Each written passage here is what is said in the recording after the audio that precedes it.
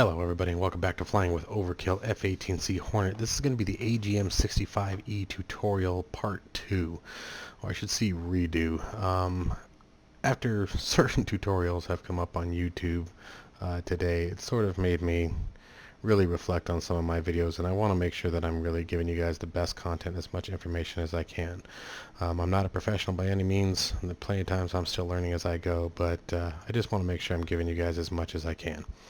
I take a lot of pride in this, and so I hope you guys appreciate this. So we're just going to sort of go over a few things that I missed and some things that I felt that I really rushed in regard to using the TGP and the AGM-65E, the laser guided Maverick.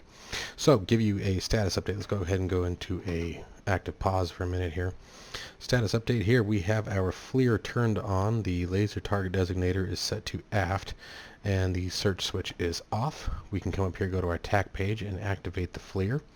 Okay, and we're going to come over here to our Mavericks, and we're going to box those bad boys, and let's set our laser code. We're going to set our own. Remember, if you press it once, it selects both Mavericks, or all stations, I should say, with the Maverick. If you hit it again, you can step through it, clears it, press it again, you get them both. So let's go ahead and do both of them, and we're just going to make one. Let's do 1675. Okay, so we set our laser code there. Now we need to set the laser code on the TGP. Now, first thing about the TGP that I wasn't real clear on, and that I found some information on thanks to one of our users, or our viewers, excuse me. The AMPCD, although it can host the TGP, as we've seen, it was not designed to.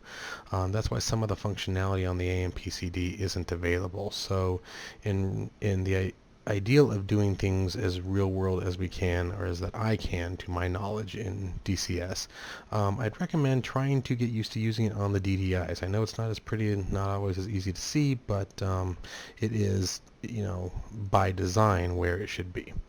So I'm going to go ahead and come down here to where it says CCD. Remember, this is the TV mode, and we're going to change it to FLIR. Okay, it makes it a little bit easier to see, especially on the DDIs. Okay, we're going to go ahead and make it our sensor of interest by hitting sensor select right. Okay, and we're going to set our laser code. Now, if we hit UFC, we only see the laser search track code. We want laser target designate. And how we're going to make sure that we get that, you want to make sure your master arm is up, you're in air to ground mode. Then we're going to come down here, and if it was in safe, so one of the things you may run into, if it's in safe, okay, so if we push that forward, okay, and if it's in safe and you right click it to put it into ARM and it doesn't go into ARM, simply cycle it back into aft and then right click twice until you get LTDR. And then when we come back to the UFC, we'll see laser target designator code. So we're going to box that, make it the same, 1675, just like our Mavericks here, because it's the code the Mavericks are going to be looking for, so we want to make sure we're emitting the same one. We can see our code has changed here. Okay, remember, this code is the laser search code. This code is our firing code, the code that we're going to use to guide the missile in. Okay. So now that that is set, let's go ahead and steer towards waypoint 2, which is our target zone here. And I'm going to go ahead and unpause here. Let's get in some altitude. We're pretty low, truth be told. And the Maverick, or the TGP, you can see is at a negative 19-degree offset. That means it's not caged. So we're going to go ahead and hit our cage uncage button. So C by default. There we go. Puts it back into the bore sight. Get the nose up a bit.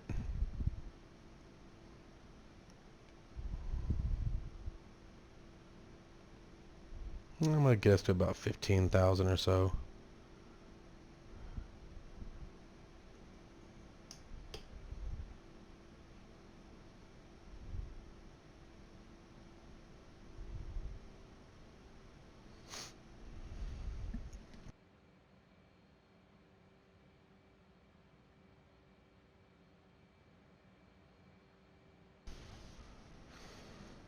And while we're executing our climb here, I do hope that all of you guys watching today are healthy and all your family members and friends are healthy. I know this is some pretty scary stuff for some that's going on with this COVID-19 virus, so please guys stay healthy, be smart. Alright. Coming through 14, we can go ahead and start pitching down. We're not looking for exactly 15, just wanted to get up there a bit. Alright. So the first thing we're going to do is talk about getting the TGP into the target area. Okay, so first and foremost, we're going to assume that you're going into a target zone. You don't have a waypoint set. Okay, you just, you've got someone popping flares, dropping smoke, or you just have a general idea. You can see the combat from down below, whatever it may be.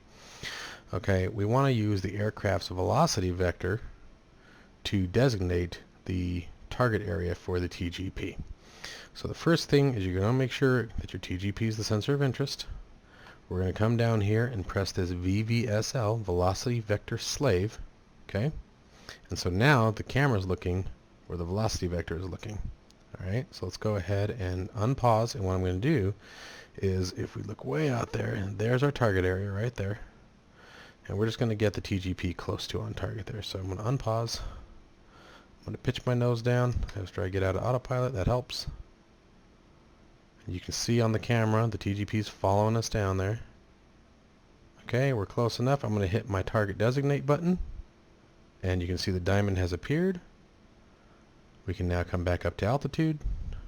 Okay, and let's go ahead and do an active pause again, and we'll throw us into altitude hold just in case. Now when we come down here, okay, you can see that it's pretty blurry at the moment because we're in the wide field of view. So remember, anything that's inside these 4 carets here is what we're going to see when we switch to narrow. Now you have your raid field of view button on your HOTAS, but because we have an active Maverick, okay, so you can see the Mavericks are boxed. If I hit the raid field of view button, it doesn't do anything. And that's because anytime you're carrying a Maverick and the Maverick is active, the Maverick's going to take priority for the raid field of view button over the TGP, even with the TGP selected as your sensor of interest. So we can even bring up the Maverick track screen here. There we go. So what we have to do is come in here and just select it manually. Now, once the Maverick or the TGP is on point, it's where we want it to be. Now we can move it around. Let's find a target. So I'm just using my slew controls. Remember, if you go to slew it and it's not slewing around, you may have to depress the target designate button and hold it while you slew the control around. Now you can disable that by going into the DCS World settings, special F-18C, and uncheck realistic slew. Alright, so we found our target. So all I'm going to do now is, just for posterity's sake, we're going to hit our target designate again. And it doesn't matter if we're in area track or point track in this situation because the target is static. One of our viewers also did point out that area track seems to be better for static objects, while point track is more ideal for high contrast objects that are in motion. Okay, but that's something to think about there. Alright, so we can see laser's armed. It's ready to be used, but in order to use it, we have to box the trigger. So we're going to hit trigger here, and now what this does is when I depress our firing trigger with our index finger on my stick here, it's going to fire the laser. And how you'll know the laser's firing is you'll see this L arm change to LTD/R. So I'm going to go ahead and it works just like an on and off switch, so you don't have to hold it. So I'm just going to click it once, and you can see now the laser is firing. Now it's really important that after the Maverick strikes its target that you turn that off, otherwise the laser on the TGP can overheat. Okay, so with that being said, we're going to go ahead and unpause again. Okay, so we're flying towards our target. Now what I'm going to do is I'm just going to hit my sensor select left to make the Maverick my sensor of interest, and it will automatically uncage the missile. So here we go. And you can see the Maverick's now tracking. Boom. Now I'm going to pause for a second and clarify something else I missed. As I identified in the previous video, this green square is solid like this, and we see the Maverick is no longer crossed out, and we have a ready status. The Maverick can be fired. But if I fly and pull this green square out of the circle, so let's go ahead and see what that looks like real quick. So I'm going to pitch up. Okay. So, pause again. The Maverick, or on the DDI, we can still see that the target has been identified, right? We can still track it. But if this green square is outside of this circle, the second the Maverick comes off the rail, it's going to go dead. It's not going to track the target. You must make sure that at the time you fire the missile, that your target, your laser identifier, is inside the crosshair. Okay, this is the Maverick seeker head. Okay, so all we're going to do is unpause. I'm going to pitch back down. Okay, it's inside. We're going to rifle. So Maverick away, and now we're going to go back to our TGP, make it our sensor of interest again. I'm going to sort of slow down here, I got a little fast. And I'm going to make sure that that crosshair stays on our target until the missile impacts. Now you can move the slew around even though the laser's firing. So if it comes off target bit, just readjust it and keep it on your target. Zoom out a bit, getting close. And let's see here. We're close.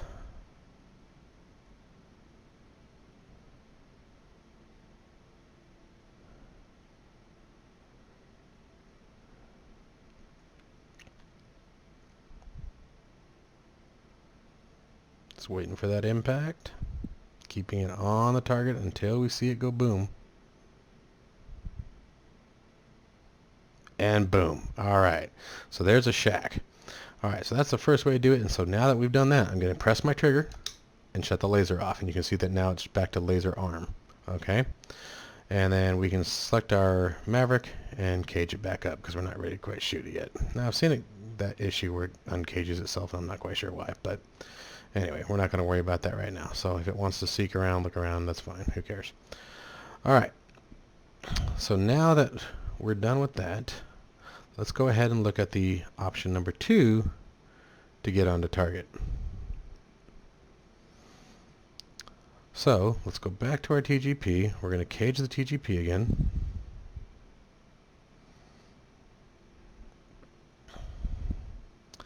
And what we're going to do this time is use our waypoint to get us near the target area, and then we can go hunting. So I'm going to speed time up a bit. Fly like a moron for a minute. This is what it's like flying at 10 times speed.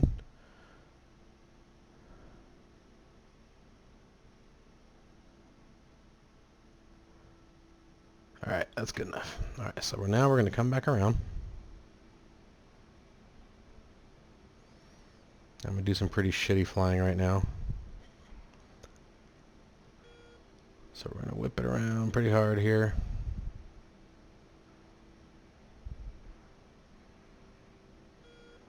I'm going to hit my nose wheel steering button to undesignate the target. You can see the diamond went away on the HUD. Cage my Maverick back up. Not quite sure why it uncaged.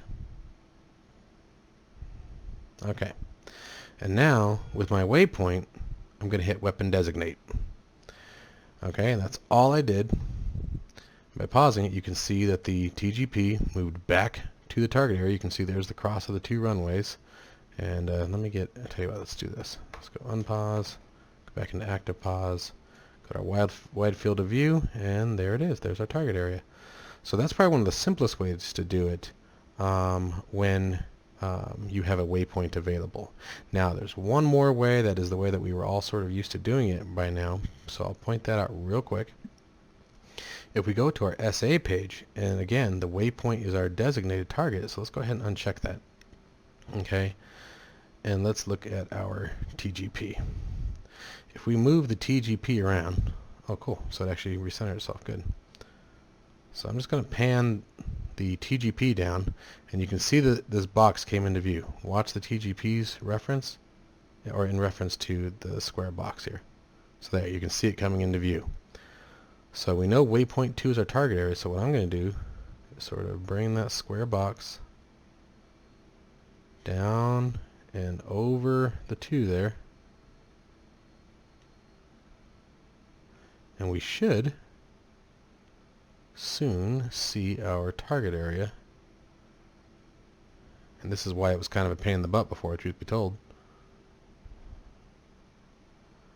But I'm guessing that yours truly didn't enter the coordinates quite right, because it's not quite working right. But this is why it kind of sucked using it like this.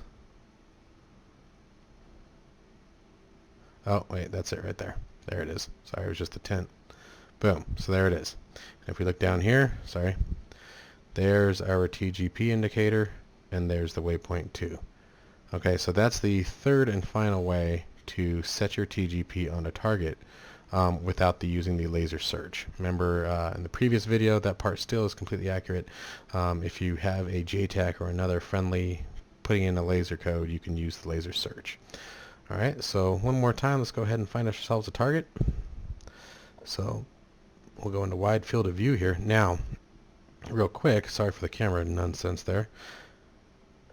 Notice that the Maverick is not boxed, so I can use my Raid Field of View button on my HOTAS to switch the camera from narrow to wide.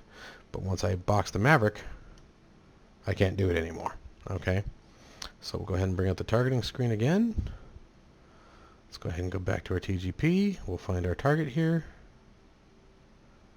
I'm going to try to get as close as I can. I'm going to use my target designate, and you can see the crosshairs now changed, identifying a target. You can see the diamond flashing on the HUD. Now the Maverick can't see it yet, so all I'm going to do is unpause, get my nose, help the Maverick out a little bit by getting the seeker head closer to the target range.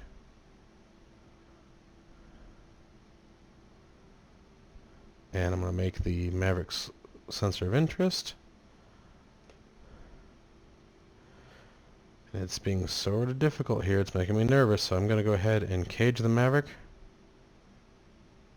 and then uncage it.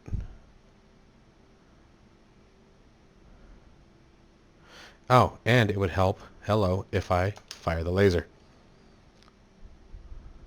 Okay, target's inside the reticle. We're good to go. Rifle. And now once again,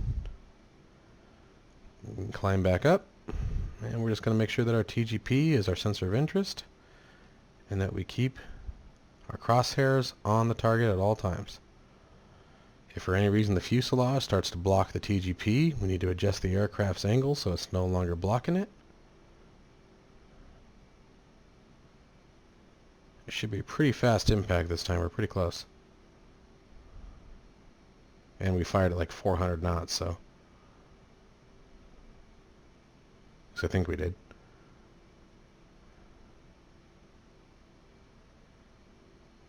Waiting for it. Come on, baby.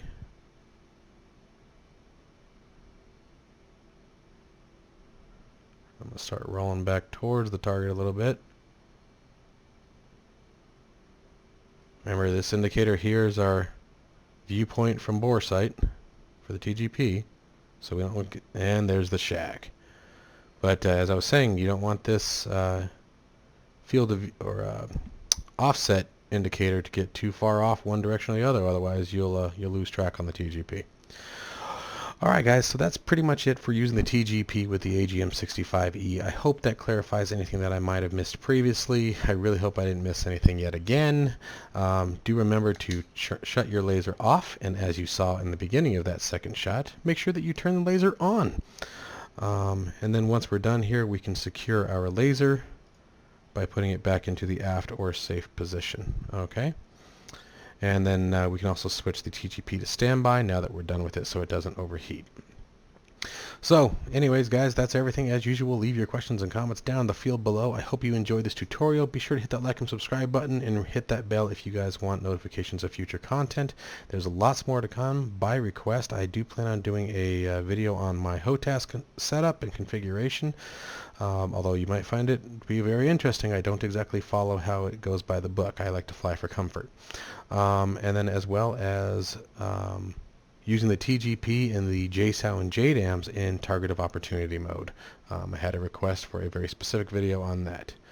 Alright guys, once again, please take care, stay healthy. I'll see you guys in the next one.